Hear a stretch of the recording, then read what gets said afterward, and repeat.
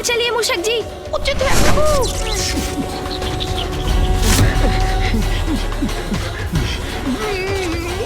प्रभु मूषक जी तो थक रहे हैं, इनकी गति भी धीमी पड़ रही है।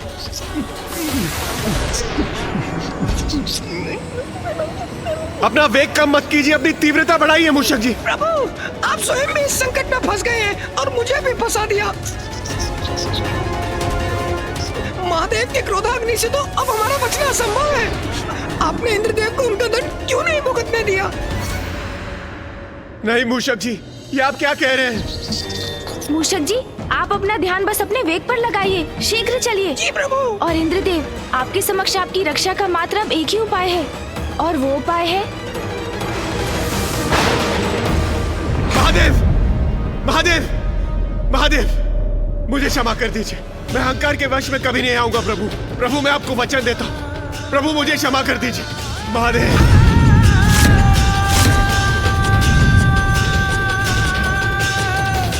महादेव, महादेव मेरी याचना स्वीकार कर लीजिए, मुझे क्षमा कर दीजिए प्रभु, मुझसे बहुत बड़ी भूल हुई है। प्रभु मेरी गुहार स्वीकार कर लीजिए, स्वीकार कर लीजिए प्रभु, मुझे क्षमा कर दीजिए।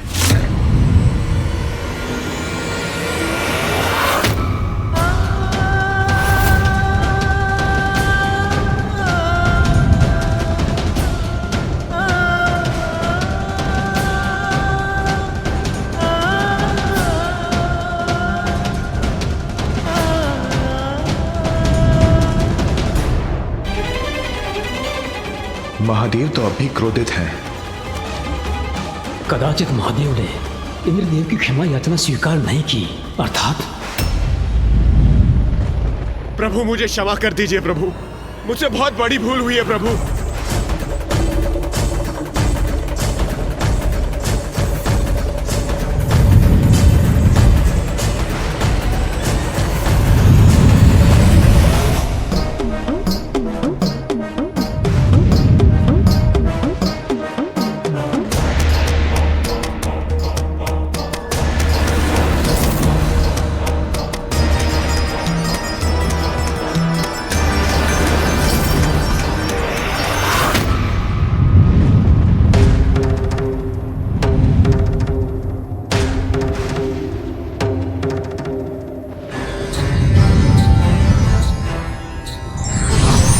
नाथ,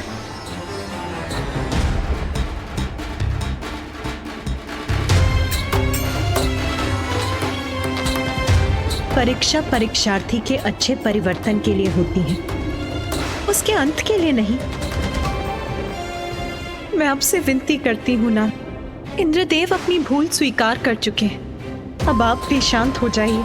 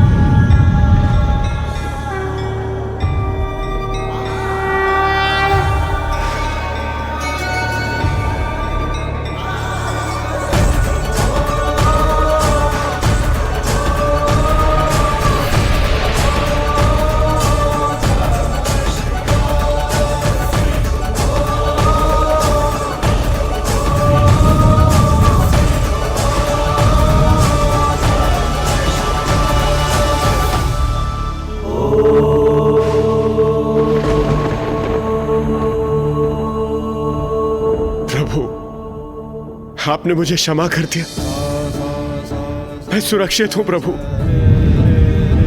आपको कोटि कोटि नमन करता हूं प्रभु, आपका कोटि कोटि धन्यवाद। मैं वचन देता हूं प्रभु, मैं आपको कभी भी निराश नहीं करूंगा।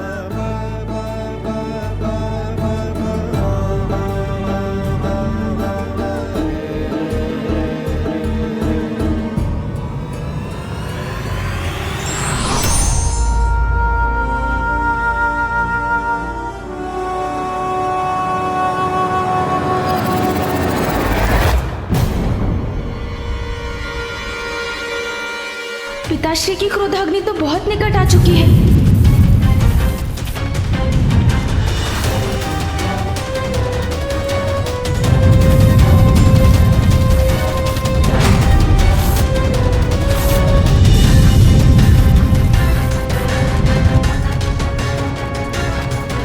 महादेव की क्रोधाग्नि? महादेव की क्रोधाग्नि तो अभी भी इंद्रदेव पर लक्षित है।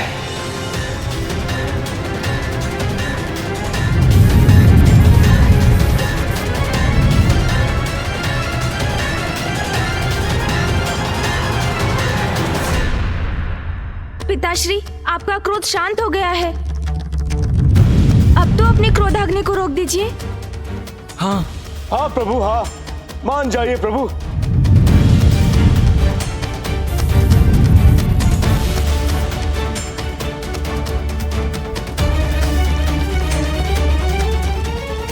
मेरे तीसरे नेत्र से उत्पन्न क्रोधाग्नि लौटाई नहीं जा सकती।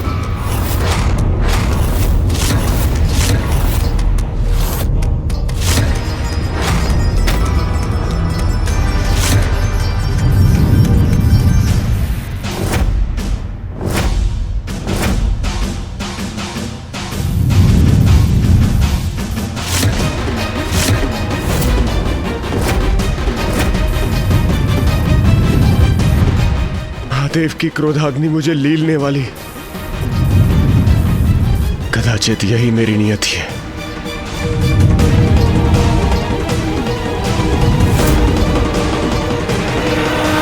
पिताजी,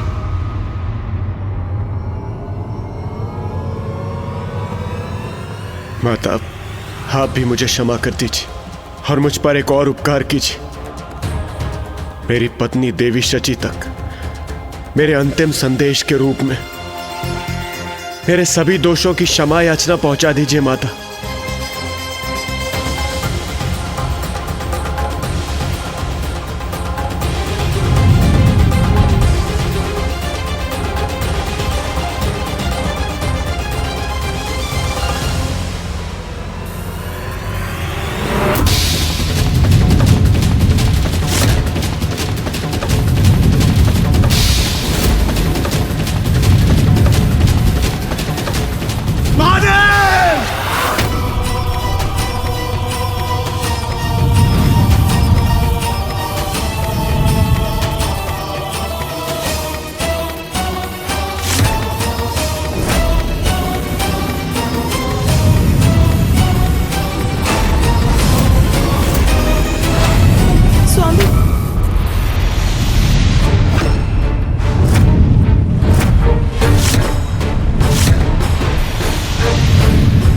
कुछ ही क्षण शेष है देवराज इंद्र के पास।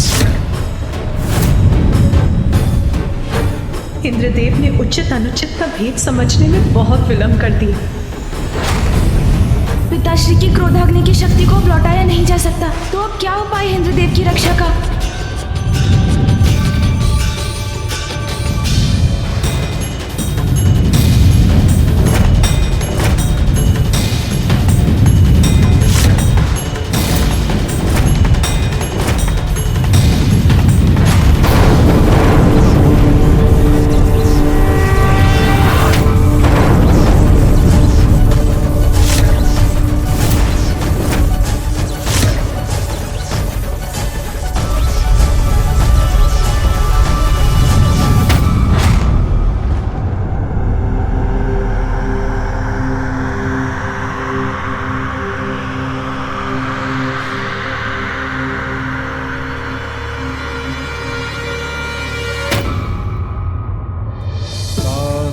महादेव की क्रोधाग्नि मुझसे नहीं टकराई। मैं सुरक्षित हूं।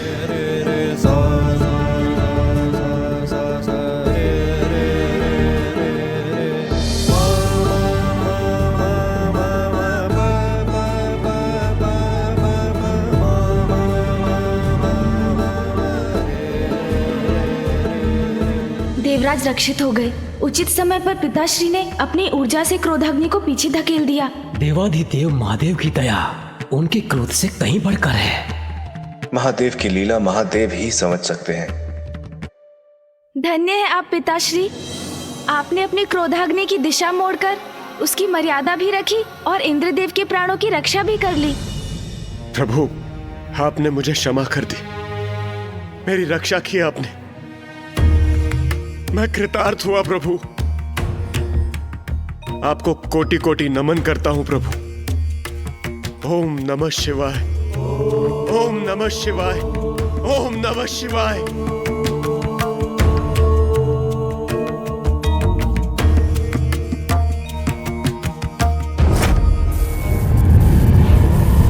किंतु पिताश्री, आपकी क्रोधाग्नि ऐसे तो शांत नहीं हो सकती। जब तक किसी को लक्षित नहीं करेगी तब तक ये शांत नहीं होगी।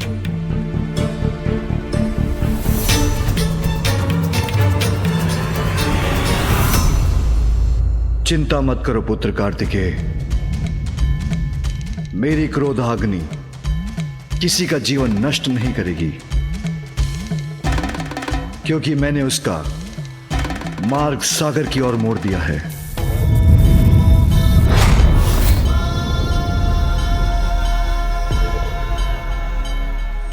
अद्भुत पिताश्री, अद्भुत। आपका न्याय उचित है स्वामी। दोषी देवराज उचित पाठ भी सीख गए और उनको क्षति भी नहीं पहुंची। अब सब यथावत है, सब कुशल है। धन्य है पिताश्री। महादेव की क्रोधाग्नि का कुछ न कुछ भयंकर परिणाम तो होकर ही रहेगा। ये कैसा अनर्थ हो रहा है?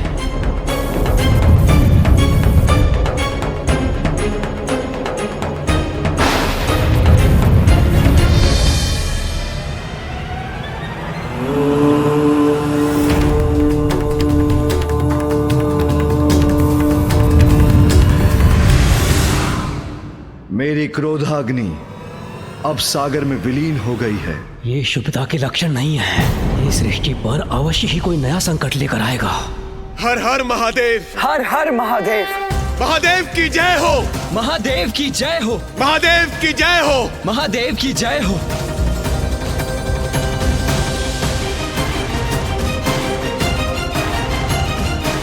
इंद्रदेव को क्षमा करना आपकी उदारता का उदाहरण है स्वामी। ये महादेव ने क्या कर दिया? उनकी क्रोधाग्नि जल से शांत नहीं होगी। अभी तो मुझे शंका है कि जल और अग्नि दो विपरीत तत्व एक साथ आएंगे तो कोई ना कोई विचित्र अप्राकृतिक संकट जन्म लेगा। मुझे महादेव को अभी सचेत करना होगा। महादेव तो निश्चिंत होकर कैलाश लौट रहे हैं।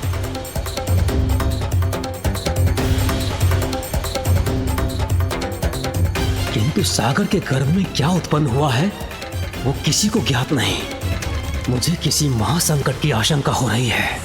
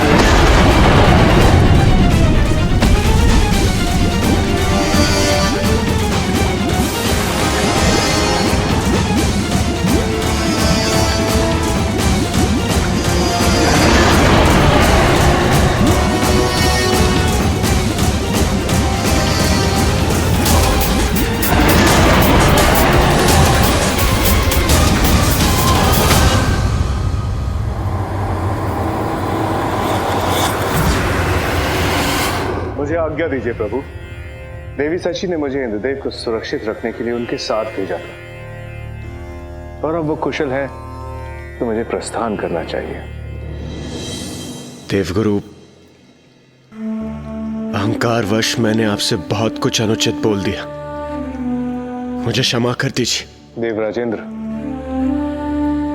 महादेव की कृपा से अब सब कुशल है।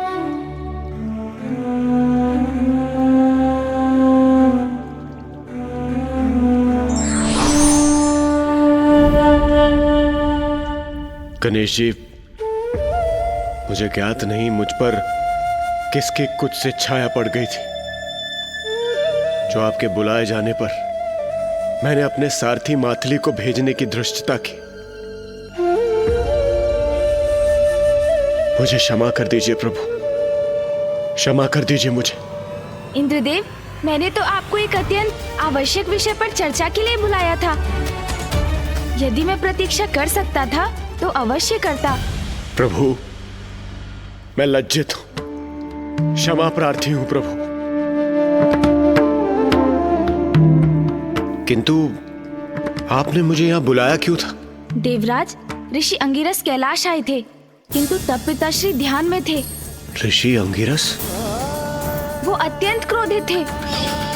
उन्होंने बताया कि बिना वर्षा के दक्षिण में प्रजा अकाल से कैसे त्राही त्राही कर रही है। ये उचित नहीं है। और इसीलिए गणेश ने आपको यहाँ बुलाया था देवराजेंद्र। अब तो आप भी समझ ही गए होंगे कि ये कितना महत्वपूर्ण है। मुझे महादेव से अपने संशय के विषय में अभी बताना होगा। याद नहीं, महादेव की क्रोधाग्नि कैसा विकृत रूप लेकर जन्म लेगी। देवराज, आप तो मेघों और वर्षा के देवता हैं। फिर दक्षिण में इतना भयंकर अकाल क्यों पड़ने दे रहे हैं? आप वहाँ की सुध क्यों नहीं ले रहे हैं देवराज? वहाँ की जीव जंतु वनस्पतियों को समाप्ति के निकट क्यों भेज दिया आपने? दक्षिण में वर्षा ना होने का कारण बताइए इंद्रदेव। किंतु महादेव,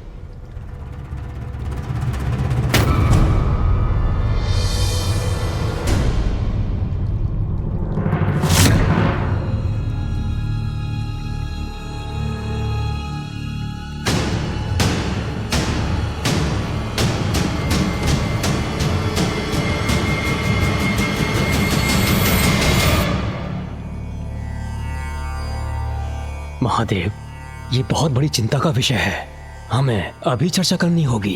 अवश्य ब्रह्मदेव। गणेश भी उसी चिंता का समाधान ढूंढने का प्रयत्न कर रहा है। गणेश भी समाधान ढूंढ रहे हैं, अर्थात उन्हें भी सागर में उपस्थित संकट का आभास है। हाँ फूफा जी, मैं इंद्रदेव से अभी दक्षिण के अकाल की चिंता पर ही विचार कर रहा था। दक्षिण में अकाल? आप भी विराजिए फूफा जी। कदाचित ये उचित समय नहीं होगा उस प्रसंग के विषय में वार्ता करना। मुझे इसके लिए प्रतीक्षा करनी होगी।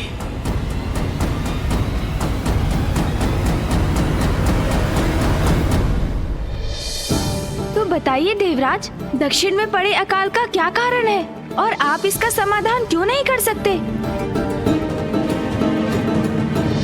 किंतु प्रथम पूज्य श्री गणेश जी, कुमार कार्तिकेय, माता पार्वती, दक्षिण में पड़े अकाल का कारण मैं नहीं।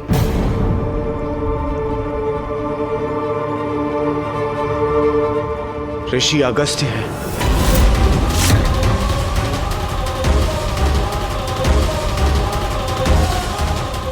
ऋषि अगस्त्य?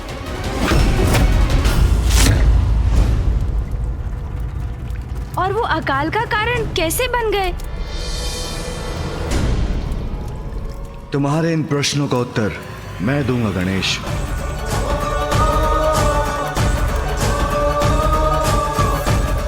ऋषि अगस्त्य और ऋषि वशिष्ठ दोनों भाई हैं। दोनों का जन्म वरुण देव के अंश से एक कुंभ के द्वारा हुआ, और अब ऋषि अगस्त्य ने दक्षिण की नदी कावेरी को अपने कमंडल में रख लिया। उन्होंने नदी को कमंडल में रख लिया?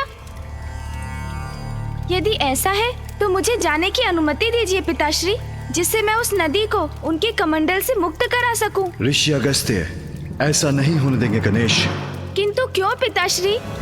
क्योंकि वही नदी ऋषि अगस्त्य की पत्नी भी है। उनकी पत्नी?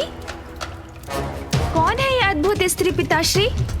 पुत्र, ऋषि अगस्त्य की पत्नी लोपामुद्रा का जन्म दक्षिण की नदी कावेरी बनने के लिए ही हुआ था।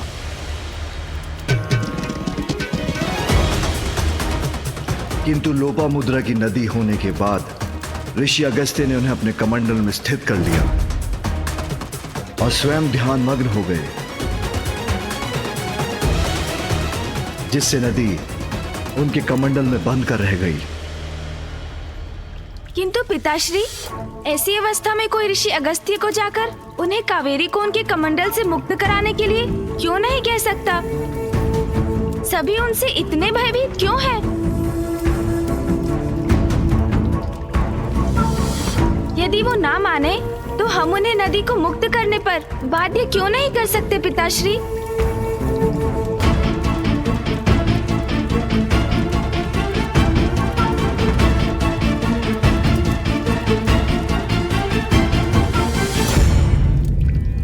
क्योंकि गणेश, ऋषि अगस्त्य की महिमा हम सभी देवताओं से भी कहीं अधिक है। किंतु भैया, वो आपसे अर्थात देव सेनापति कुमार कार्तिकेय से अधिक महिमामयी तो नहीं हो सकते। मुझसे कहीं अधिक महान है, गुरु है मेरे।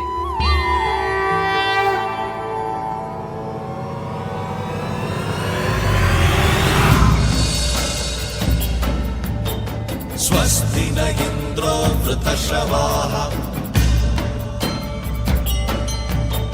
स्वस्ति न पूषा विश्ववेदाः स्वस्ति नस्तारक्षो अरिष्टनेमि स्वस्ति नो बृहस्पतिर्दधातु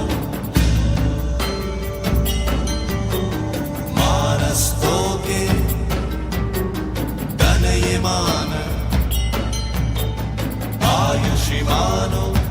तपोबल के ही धनी नहीं, ऋषि अगस्त्य तो युद्ध कला के भी बहुत बड़े ज्ञानी हैं। मानो वीरानुद्रभामिनो बधिरः विश्वमन्तसस्मित्वा हवामहे।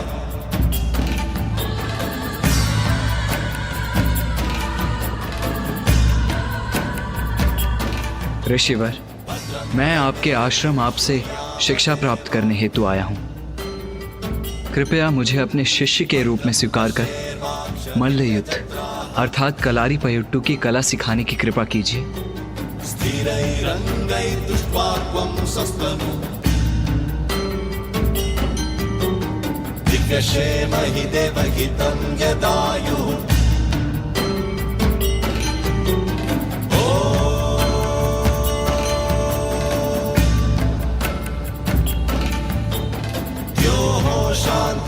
शांतिरंतरिक्षक्वं शांति पृथ्वी शांतिरापः